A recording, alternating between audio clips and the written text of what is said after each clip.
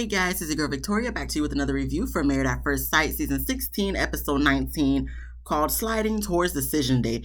Thank the Lord Jesus because we are tired of this season. Y'all should have slid into Decision Day like 4 or 5 weeks ago, but here we are, not even Decision Day, but the episode before Decision Day. So we are at 3 days until Decision Day. It should really be 3 weeks post Decision Day at this point. But okay, Clint does a little video diary letting us know he's still shocked and flabbergasted by what Gina done said the last week episode, saying that he's outrageous, embarrassing, bizarre, all these other things. And, just telling that to Pastor Cal and Dr. Pepper. He's just really shocked at what she said. And, he thinks it came from left field. He doesn't know where it came from. But for me, Clint, I'm just really like, she been kind of low-key hockey dogging you this whole season, saying her little tidbits, saying, whenever you chew and eat in front of her, it's so annoying. So she's been letting you know things since almost literally day one. So why are we acting like this is something left field? Maybe because she hasn't said nothing directly to you, maybe in a week or so. But Gina has always been low-key giving you little shots throughout the whole season. So, I know he could be delusional all he wants, but I already peeped game. We then move on to Airris and McKinley. They're boxing together with some boxing coach. I don't even think they box regularly. I think it's just an activity they decide to do together, or that producers told them to go boxing together so they could get some little bit more mess by the end of the season, because they know this whole season was BS. And it's funny that, we get introduced to the boxing coach, Vito, because I feel like he comes up later on in the end of this episode. Excuse me. I feel like, okay. Anyway, so just remember Vito, because we're going to talk about him towards the end of the episode. So after they do their little boxing for the TV show, that's when they stand and talk, and Airris don't let McKinley know, like, he heard some things from who, I don't know, maybe the hating ass cousin, because she got nothing else better than to do than to probably look into what other people got going on, since she can't hang out with her best friend / cousin, hating ass cousin, whatever her name is. So word out on the street is McKinley sliding into people's DMs. So that's when McKinley admitted that he did slid into Gina's DMs, because he always thought she was sexy and he can see himself being with her, and he wished things were different, pretty much. He wishes that they matched him with Gina versus him and Dominique. And I think everybody else does too, because Dominique and Clint would have been probably a better match. So, not for you and Gina, McKinley, I'm talking about in regards to Clint and Dominique. Not that I really care for Dominique that much, but just because they seem they have similar personalities and their extracurricular activities, I feel like they probably would have been better off matched versus how they matched them up this season. So, anywho, still talking about McKinley and Gina.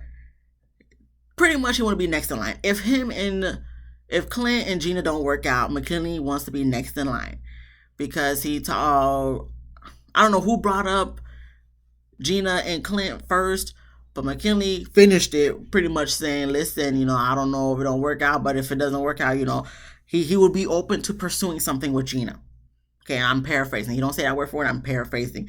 But what I take from this, McKinley, you already slid in Gina's DM, so we already know what your intentions are. So listen, we don't want to hear nothing else from you. McKinley, please. And I liked you in the beginning of the season, but now I'm just like, bro, like, I understand you're interested in Gina, but couldn't we wait until after Decision Day until we did this? You already slid in her DM, so she already know what it is. Like, what's with all the men this episode not caring that a girl's married? I mean, granted, these marriages be seeming like a facade, but at the same time, they marry. So let it be until after they be like, I'm single. Especially for the boxing guys, Vito and his boys. So then after that, because I think we talk about Airris' marriage, but it's just like, what else is new? It's the same thing, different episode. So we move on to Shaquille and Kirsten. They go get a personalized song made about their journey together these past 2 months. Why? I don't know. Like, I understand you guys went through something because y'all married at first sight and whatnot. But for me, I'm just like, what's the point? Like, y'all, I feel like a song being made is like people who've been through some things. I mean, would I get a song made about my husband? Probably, but I feel like since we've been in the game, quite a few years, Okay, but y'all been 2 months, and it even hasn't even been like a on the same page 2 months, because both of y'all, one day he likes you, you don't like him, then you like him, he don't like you. So it's like, what we really writing a song about? Like, what have y'all really went through that we gonna have a song about? But okay, whatever, I ain't gonna try to be hating person like the hating ass cousin Eris got. But okay, whatever, they make a song, or they go to a place where they make a song. Kirsten get on a mic to sing one of the verses or choruses. Me and my husband, we were just like, listen, at least she had the confidence. I feel like I could sing a little bit, but I don't sing in front of nobody but myself. I don't even sing in front of my husband. If there's a song playing in the car, we could kiki sing a little bit, but like, I ain't gonna be trying to blow tunes, and I dang sure ain't going on no mic to sing a verse of a no. No, I will just have someone write a song, and then I'll just play it for my husband. I ain't going on no, absolutely not. But at least she went there. Shaquille was smiling. I don't know if he was laughing with her or at her, because sometimes I feel like he be laughing at her and not with her, and I'm just like, Shaquille, don't do that. But that's just in my personal opinion, just the vibes that I get from him. But after they do the song, they go outside to sit down and talk, with some snacks, and Kirsten's letting Shaquille know that, her dad does want to meet Shaquille, but he just doesn't want to be on camera. He don't want to be filmed. And, her grandma and family does want to meet him, and she is excited for them to meet him. And Shaquille seems cool for it, but he's just, okay, no, hold on. I'm so sorry. In my notes, I wrote, they're going to meet him after film day. I mean, after decision day, because of the fact that her dad doesn't want to be filmed. Her dad specifically. So Shaquille don't really seem convinced, okay, when she first says all this. He seems like, okay, whatever, but he don't really seem like he's really that excited. So then he goes to commercial for dramatic effect, comes back from commercial for dramatic effects, and that's when we get Shaquille talking about he wants to feel secure in the relationship. He needs a little bit more support from Kirsten. Kirsten's saying, well, I feel like I have been supporting you, and it's just like she always feels like she's not enough. She lets us know in the confessional that she's frustrated, that he still feels like she doesn't support him in the way that he needs to be supported, even though she's trying to do all she can to support him. For me, personally, Shaquille, I'm just like, what? We still talking about this? Like, there has to be something going on off camera that we're not seeing. Because to me, I'm just like, what else you need support with, bro? She's trying to support you. Yes, I get it. In the beginning, she really wasn't giving support vibes, especially she wasn't like feeling you all the way. But I'll give it to her. I feel like she is trying, but it's like only so much you could do in 2 months, especially with cameras and all in your face. Let's wait till after decision day to see how it goes before we keep talking about what you need from her, all this stuff. I mean, she kind of dropped the ball when she said she needed you to buy her a whole ass house. But at the same time, Shaquille, I'm going to need you to calm down on this. You need to feel secure in the relationship, because it's really giving off like you need her to do more things than you can do for her. And no, we need to have equality. I mean, everybody's relationship, everybody's marriage is different, but I feel like for her, she needs you to bring something to the table, but you keep asking her to bring something to the table. She let off on you with buying a house, so you need to let off with the support thing, because at this point, I'm tired of hearing it. I know she's tired of hearing it. I'm tired of hearing it. America's tired of hearing it. I don't know if you're tired of hearing it, but the producers probably eating this up and say, yes, more drama, more drama. But at this point, this drama is seeming a whole bit of facade. I don't know if they told you to say this, but at this point, Shaquille, we're going to have to let it go and figure out if y'all going to stay together on decision day or not. Because at this point, nobody on this season should say yes on decision day. That's just my personal opinion. But we move on to Gina and Clint. They go horseback riding. Gina lets us know in the confessional that she had to give Clint a harsh review because he has some maturing to do. No, Gina, you have some loosening up to do. Okay, you just don't like the man, so anything he does is going to annoy you. I understand how that is. But at the same time, I really feel like if it was someone that you actually was interested in and they was acting this way, you probably would like them, because the gingery features is what turned you off from the get-go, and now everything he does is like, you got something to say about it. But yeah, if he were to say anything about this, I say this every time. If he were to say something about you, then it's like a whole big whoop, and I'm pretty sure she's still crying wolf with the whole comment of she's not slender or athletic enough. So Gina, please, I don't care about what you got to say about Clint, because at this point, no one really feeling you right now except for McKinley. And he probably not gonna be feeling you. And I hope you're not feeling him either, because at least at this point, both of y'all get on my nerve. Both of y'all. So, Gina, please, we don't want to hear it. Save it for someone who cares, which is no one. That's it. So then they actually do the horseback riding, and afterwards they have a picnic on the grass. It's kind of awkward and silent at first because no one's saying anything, but Clint does confront Gina about the comments she made to Pastor Cal and Dr. Pepper the night before. And she, okay, she does apologize, but before she does, she did say, she does think he's outrageous. So then it goes to commercial for dramatic effect, comes back from commercial for dramatic effect, and she eventually does apologize, and Clint accepts the apology. Anything else to take from their conversation? No, because it's at this point, I'm just like, okay, so let's stop confronting these people. For what? For what? All they're going to do is apologize.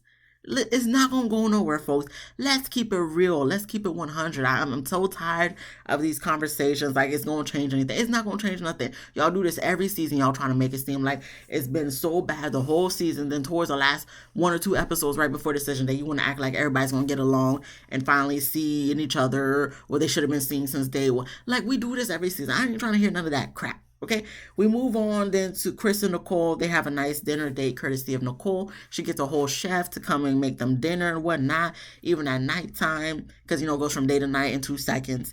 The chef comes out with like a little creme brulee, but it's not bruleed. So he gives them both like a brulee flamer thing, torch to brulee, to brulee the dessert. I guess it was some type of competition to see who brulees it better. I guess Nicole won. Congratulations. And side note, I don't even really like creme brulee. I've tried it multiple times from different restaurants and stuff. I don't get it. I don't get what's the big hype for creme brulee, because for me it's just like, it's just burnt cream. It's burnt custard. Okay, all I taste is just burntation and pudding. And I know some people might feel so offended for me saying, I'm sorry, creme brulee just, for me, I'm just like, it not doing enough for me. Yeah, I felt fancy the first time I had it, but after about the second, third time, I'm like, yeah, I don't get it. Same thing with macaroons. Macarons, however you want to say it. That, to me, I'm just like, it's cute to look at, but to eat, for me, I'm just like, it's just like a sugar ball. It's not a ball, but I hope you get what I'm trying to say. Anyway, back to this show. They talk about post-decision day and their living situation. Chris wants to put it after decision day because right now the priority is focusing on decision day, which is only a few days away. And Nicole is scared of the future of the relationship. What else is new, Nicole? You've been scared of the relationship since day one. You forced this man to tell you he loves you. You forced this man, you sacrificed Charlie for his dogs because he was boo-hoo crying on the honeymoon. Like, you even went to as far as saying he didn't choose you, knowing you both came on the show of Married at First Sight where you knew someone else. Like, you find something, you fault in everything. So yes, it's not a surprise that you are scared of what's going to happen post-decision day about your relationship because you're always waiting for the ball to drop. But at this point, like I said, I've been saying this since like maybe episode 3-4. Nicole, please seek some help. And I'm not saying that in any malicious intent. Like, I really feel like you will benefit a lot from therapy. That is all. We're going to move on to Aries and Jasmine. They sit with Dr. Pepper and Pastor Cal. And in this moment, as I'm looking at them on the TV, I'm just like, if they were both interested in each other. I know she's interested in him and not really giving him no play because of the fact that he's not really interested in her. But if they were both interested in each other from the start, like, I'm looking at both of them in their face. I'm like, y'all will make such a cute couple. You guys really would. But Aries just be playing games. So, Aries talking about Jasmine helps him bring down his social anxiety because usually he be having to take a little drink to get the edge off or whatever the case is, to be more calm and able to socialize with other people. But being with her, he don't have to do that because she just helps him stay calm and serene. I guess that's cute. But, I feel like Aries be saying a lot of nothing. He be saying what probably she wants to hear to make her feel good. So he probably does it for her benefit. But I don't really, like, he says that, but I don't feel it. Okay, I just hear it, but I don't feel it. That, oh yeah, she would, like, you just be saying stuff. But Pastor Cal and Dr. Pepper, they eat it up. Any type of positive thing that they say, people say to each other, they be eating up. Like, look at last season. Okay, Alexis and Justin. Okay, they said yes, and they were so happy for them. But then an hour later, not even an hour later, they divorced. So I'm just like, I'm Aries, please keep your compliments, because they're going through one ear and out the other. I mean, I guess Jasmine's eating it up, but I don't know why after all this time. So she says she loves to hear that because she loves to help people and whatnot. And, I'm looking at their body language. It is cute, for what it is. But once again, this could just be a whole facade. You see Aries clapping for Jasmine on the wedding day because Pastor Cal told her to. You see Aries, sending Jasmine texts because Dr. Pepper told him to. So for this touchy-feely, talking about, oh yeah, his hands on her right cheek. So people do that all the time. You're a performer, Aries. You're a performer. Okay? So it's not doing nothing for me. Now, if you guys say yes on decision day and are still together after the reunion, then I might have to eat my words, but that could still be a facade too. Look at all these people that be married all this time and then all of a sudden they're not together. Look at Jamie and Beth, okay? Everybody shout that they lasted as long as they did. I mean, they're not divorced, but they took a break from each other. But I mean, like, to me, it just... I may be eating my words one day, but I feel like I'm not. So, therefore, okay. Lastly, with this scene, Dr. Pepper tells them to look at each other and say good things about each other for why. I don't know. But they do. Okay. And then we move on to 2 days until decision day. So we have Dr. Pepper and Pastor Cal. They go then see Shaquille and Kirsten. And I guess Shaquille finally got to meet Kirsten's dad, obviously off camera.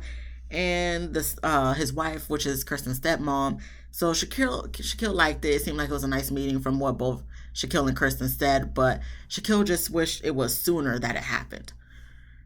Well, you know what, Shaquille? It couldn't happen sooner, okay?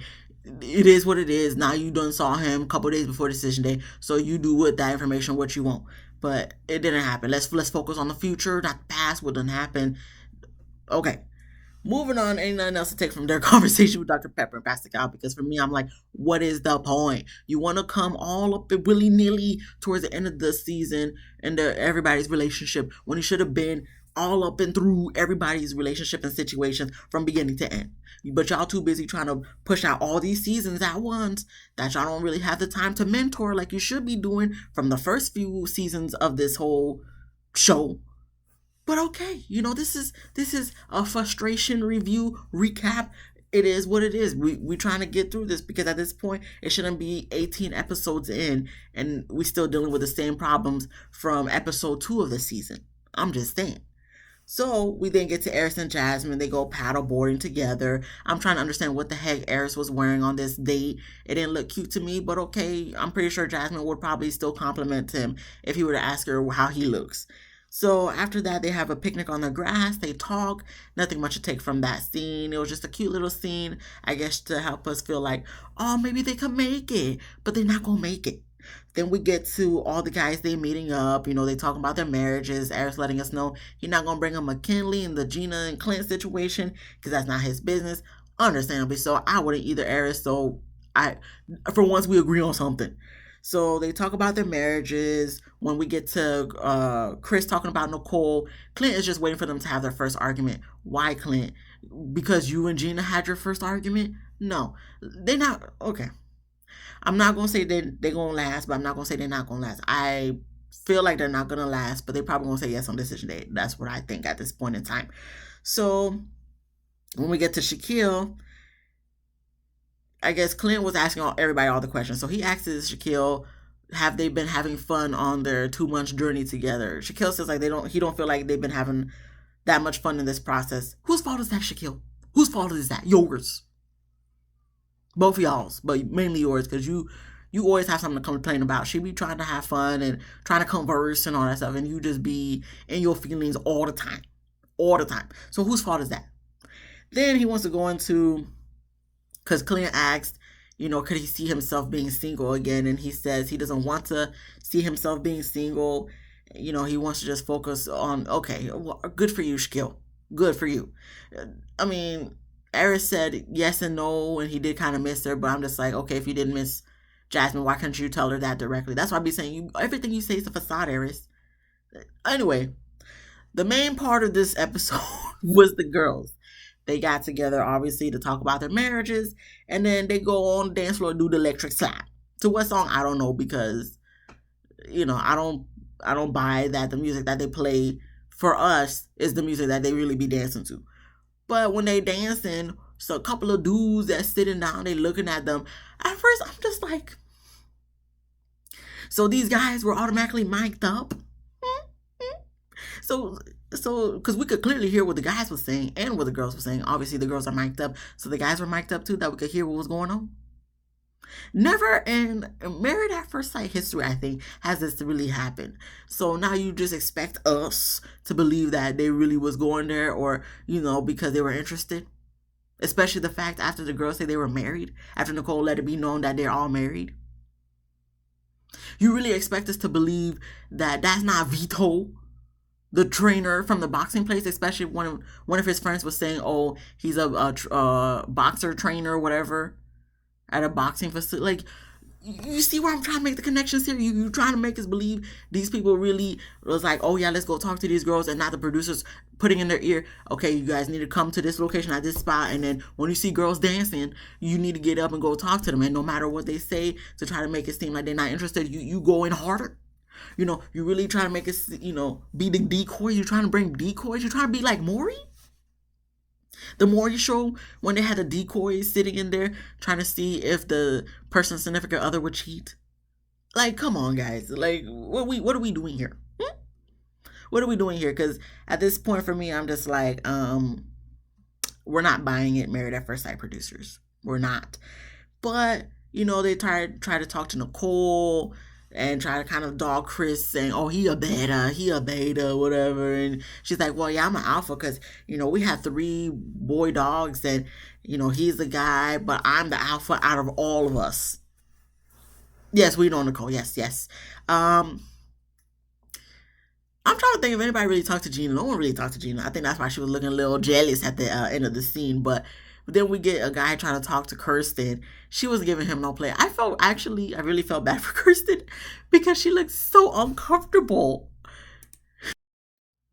Like, homeboy was really trying to, I guess, do whatever, hit his best shot at Kirsten. She wasn't biting nothing. She was just looking all over the place. Like, when is this going to be over? So, kudos to you, Kirsten. I feel like out of all 4 of them, Kirsten did the best out of, like, not even entertaining the mess. Then we get to Jasmine. Jasmine, I know you married, but you don't feel married and stuff. And, of course you like the attention. She let us know, like, of course you don't like the attention. But at the same time, you married, girl. And she said, I am married. I'm like, you sure? Because you saying that, but your body language saying something else. So I guess homeboy letting her know that, he does take care of her dogs too. He got a dog facility or whatever the case. I wasn't paying attention to nothing he was saying because I'm like, I know producer told you to say all this stuff.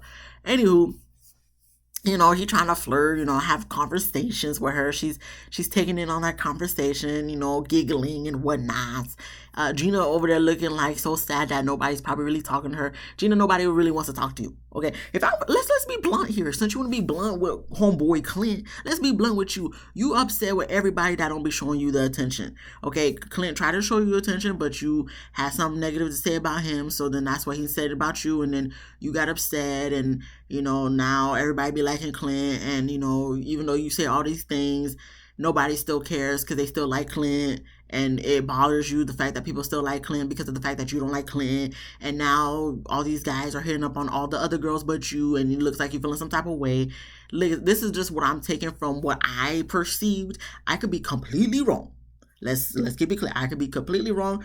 But at this point in time, I'm just like, Gina, you just seem like a miserable chick. And, there's no one who fix that but you. Okay? People feed off of energy. And your energy is not given... I'm happy-go-lucky and all this stuff. And, anyway, we're not worried about Gina. Back to Jasmine. Yeah, she's just giving this guy a lot of attention. He's just saying whatever's, nothing's in her ear or whatnot, and she's eating it up. So she's in a confessional, letting us know that she likes the attention, like I said prior. And while she's trying to do her confessional, homeboy, literally standing like a few feet away from her trying to talk, comes into the confessional with her. And just showing her his keys, like, oh yeah, I got this 740. She's like, oh yeah, you're 740? He's like, yeah, one of my 740s. I'm like, okay, yeah, you got multiple 740s. Okay, I'll believe when I see a homeboy. What is your name again? I don't care. So then that's when she's, you know how Jasmine, she get all nervous and stuff, she got her little chain on. She's like, oh, okay. With her, you know how she does when she kind of fiddles with her chain and all that stuff. And then he want to go and proceed to say, I'm going to paraphrase, he didn't say that word for word. I'm about to paraphrase, okay? So then he proceeds to say, oh, I could fix you like you fixing that chain. Jasmine's like, oh really? Jasmine, I understand you like the attention, but at the same time, if we try to be, the lawyer to heiress, I don't know why we would want to be, but at the same time, we married to him. You know what I'm saying? Come on, Jasmine, let's get our priorities straight. Like, let's focus on what we got at hand. You got a ring on your finger, homeboy heiress, probably in the other room.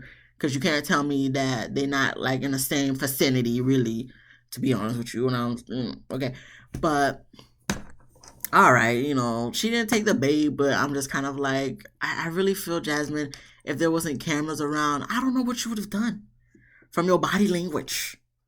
But she don't take the bait and whatnot. Like I said, Gina over there looking jealous before it goes in commercial for dramatic effect. But, all right, that was interesting. That was the most interesting thing of probably this whole season, but it was all fake anyway, because we all know it was like decoys that the producers done set up. Because I'm still convinced one of those guys was Vito from the boxing thing that Aries just came from. Aries and McKinley's trifling behind came from. So after that, the couples meet up together, obviously at their shared apartments, to talk about how their night went. Some of the girls tell the guys that, there was guys that came up to them and talked and tried to give their numbers and whatnot. So, all right, cool.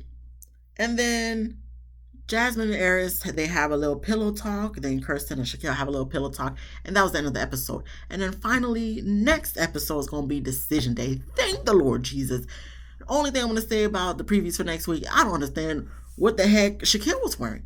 This episode, I don't know what Aries was wearing. And next episode, I'm not going to know what Shaquille wearing. That was it. Nothing else to take from now. We're going to see what happens. Honestly, if I could go through a quick rundown, Aries and Jasmine, I feel like they're going to be saying no. Hopefully they say no. Nicole and Chris, I feel like they're going to say yes, but then, and probably be together after the reunion, but probably not to be together long term. With Shaquille and Kirsten, I feel like they may say yes on Decision Day, but then say no, but not be together by the time we get to the reunion. And then for Clay and Gina, they're going to say no. They better say no. I know they're going to say no. So that's it. If you like this video, please give me a thumbs up. If you laughed at least once, please subscribe. If you didn't laugh, come back next week. Hopefully, I can make you laugh. Let me know what you thought about this episode. I'll see you guys in the next one. Be easy, breezy, lemon squeezy.